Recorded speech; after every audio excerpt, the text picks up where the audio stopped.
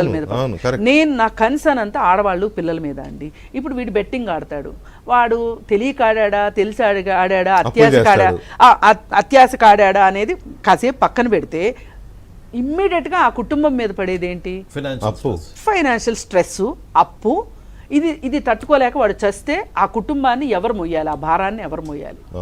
ఆ పిల్లలకి తండ్రి ఎక్కడి నుంచి వస్తాడు? కుటుంబాలు సూసైడ్ చేసుకుంటాయండి. కొన్నిసార్లు కుటుంబాలు చేసుకుంటున్నాయి. ఇప్పుడు నిన్నగాక మొన్న తార్నాకలో ఒక కుటుంబం చదువుకున్న అతను చచ్చిపోయాడండి.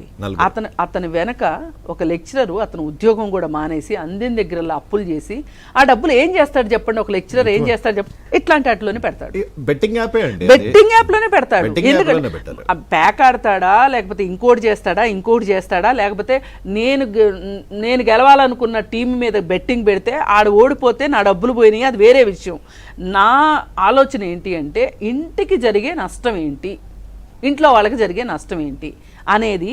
ఎవరమ్మ చచ్చిపోతే వాళ్ళకి ఏడుపు వస్తుంది అన్నట్లు ఈ బెట్టింగ్ యాప్లు వల్ల కావచ్చు, ఇంకొక దాని వల్ల కావచ్చు, వీళ్ళింట్లో ఎవరన్నా చచ్చిపోతేనే వీళ్ళకి తెలుస్తుందండి. అప్పటి వరకు వీళ్ళకి అర్థం కాదు. ఇప్పుడు మాట్లాడే మాటలు కూడా నాకు తెలియక చేశాను, నన్ను క్షమించండి, ఈ మాటలన్నీ కూడా పై మాటలు. ఈవేళ అందరి అటెన్షన్ నుంచి పక్కకు తప్పించడానికి మాట్లాడే మాటలే కానీ పైగా ఇప్పుడు ఈ బిగ్ బాస్ హౌస్కిన్ను ఇలాంటి నేరాలకి కూడా ఏదో ఒక అవినాభావ సంబంధం ఉంది. ఇప్పుడు బిగ్ బాస్ లో వెళ్ళి బయటకు వచ్చిన వాళ్ళే ఇవి చేస్తున్నారు. ఇవి చేస్తున్నారా?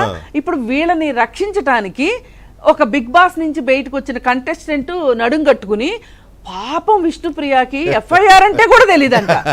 ఇదేం విచిత్రం అండి. మనకి హైదరాబాద్